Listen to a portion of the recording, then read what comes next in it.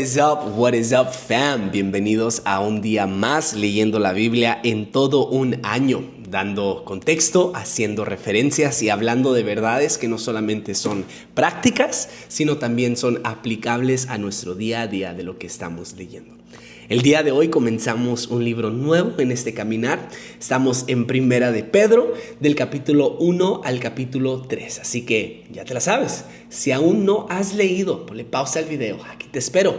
¿Por qué? Porque no nos vamos verso por verso, sino hablamos solamente, hacemos referencia, hablamos de contexto y hablamos de estas verdades que podemos aplicar en nuestro día a día de nuestra lectura diaria. Así que imagino que ya regresaste y vamos a darle con todo, vamos a darle con Tokio.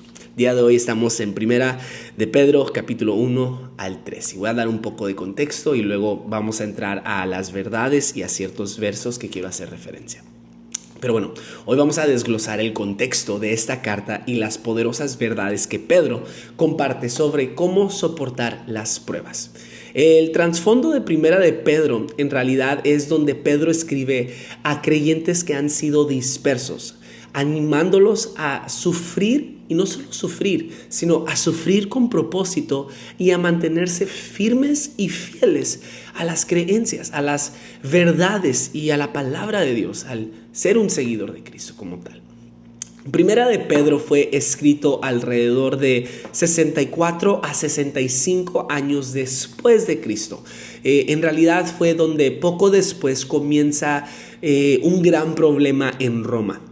Inicia un incendio que sale fuera del control, que destruye a muchas viviendas, destruye a mucho patrimonio, destruye a muchos edificios que había levantado el Imperio Romano como tal.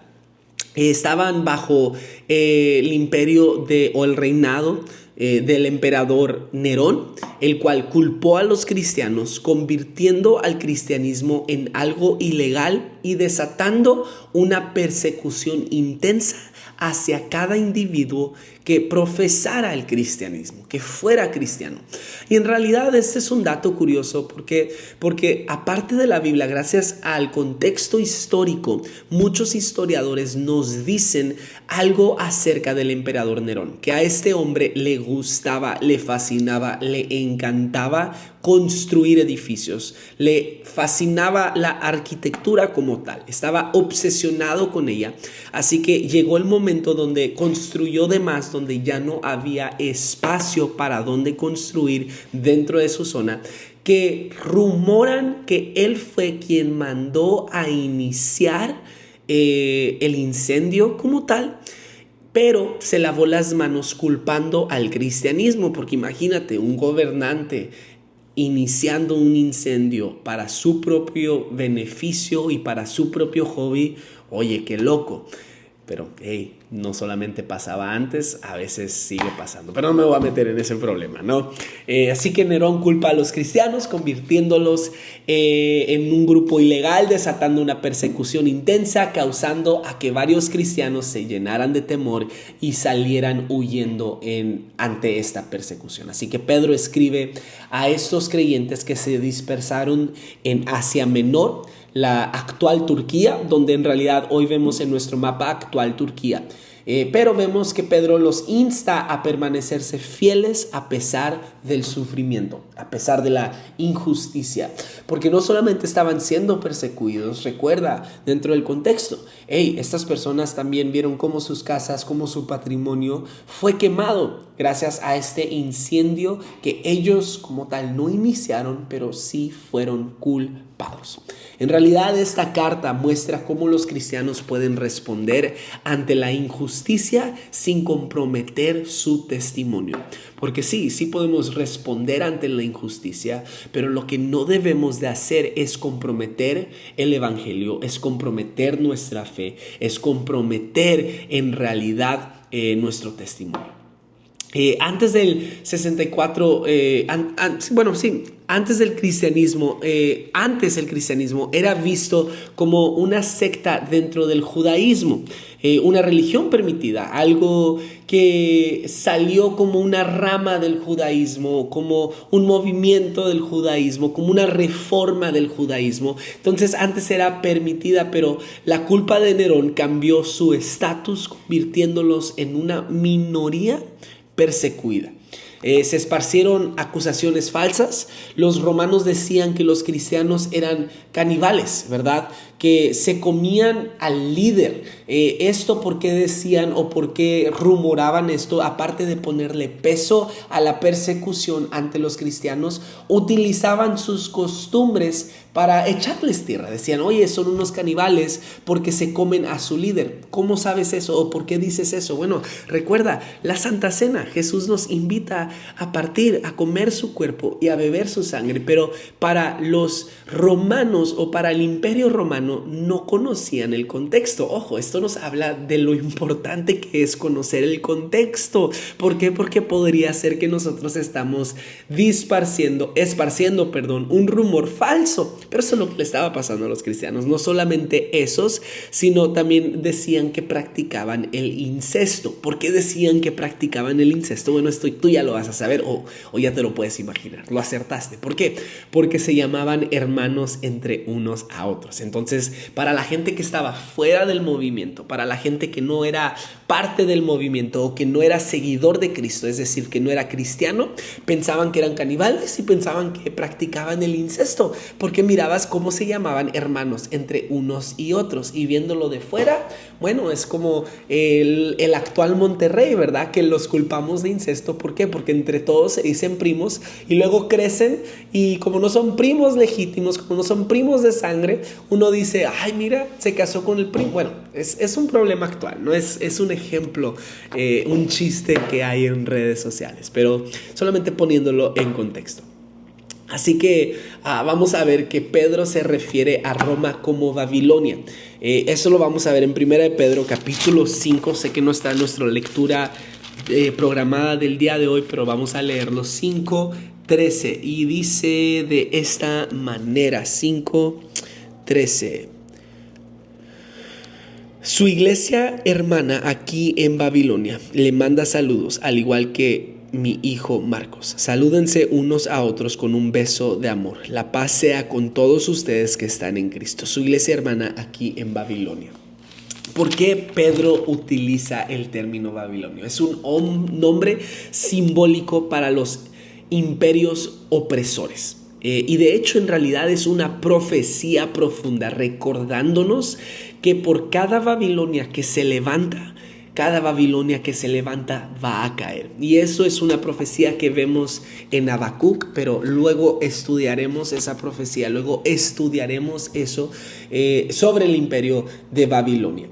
A diferencia de la persecución judía anterior en Babilonia, esta fue la primera opresión romana generalizada contra los cristianos. Esta va a ser la primera vez que ves al imperio romano perseguir, oprimir a los cristianos. Entonces, la frase exiliados de la dispersión en 1 de Pedro capítulo 1:1 refleja cómo la persecución dispersó a los creyentes por todo el mundo romano.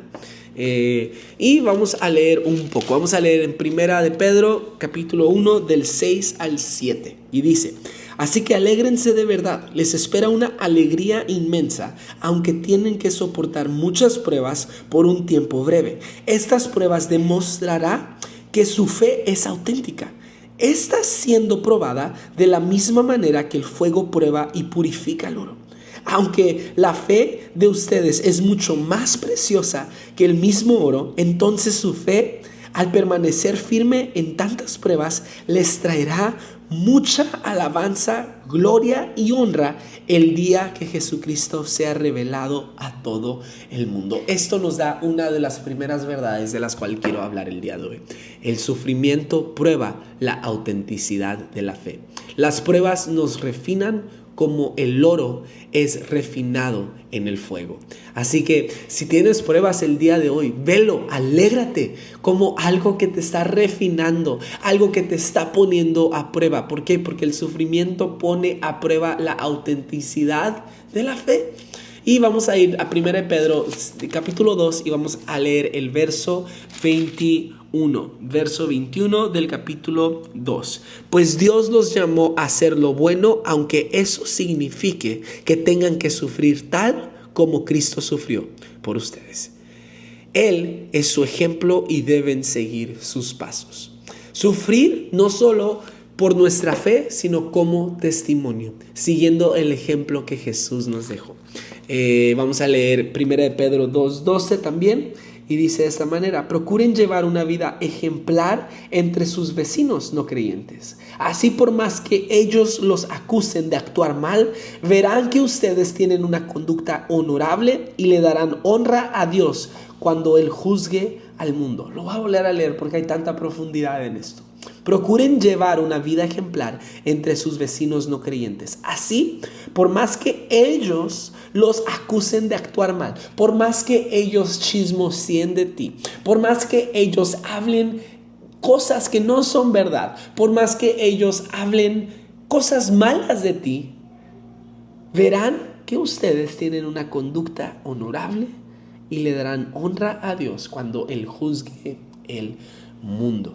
Nuestra respuesta ante el sufrimiento impacta a los demás, ¿verdad?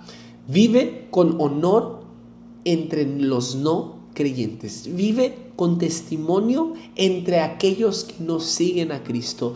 Vive con honra entre aquellos que no siguen la honra. Vive con integridad entre aquellos que no son íntegros. ¿Por qué? Porque nuestra respuesta ante la injusticia y ante el sufrimiento impacta a los demás. Y adivina qué, incitará a los demás a conocer a aquel Cristo que tú sigues.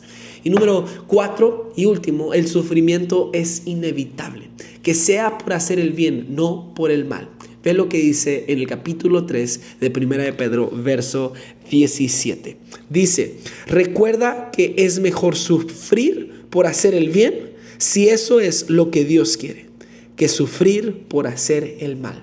Es mejor sufrir haciendo el bien que sufrir haciendo el mal. Tengo toda una colección de pláticas, de conversaciones que hablamos de eso usando la vida de Sansón. La puedes ver en nuestro Facebook. Pronto la vamos a subir en YouTube, pero es mejor sufrir haciendo el bien que sufrir haciendo el mal. Si el sufrimiento es inevitable, que sea por hacer el bien, no por hacer el mal.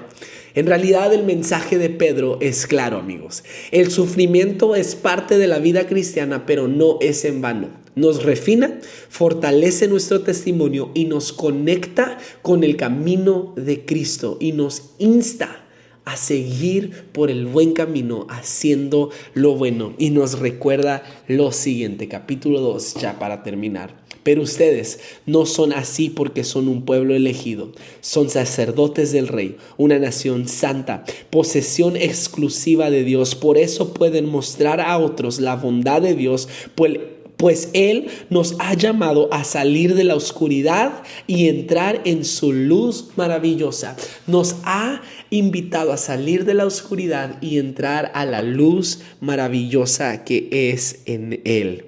Eso es todo lo que tengo para ti el día de hoy. Nos vemos el día de mañana leyendo el capítulo 4, 5 de Pedro. Y que Dios te bendiga. Gracias por seguir este camino conmigo. Léelo. Hay muchas verdades en este pequeño libro. No nos vamos verso por verso. Así que hay mucho jugo que puedes sacar de Primera de Pedro. Nos vemos el día de mañana concluyendo esta hermosa carta. Dios te bendiga.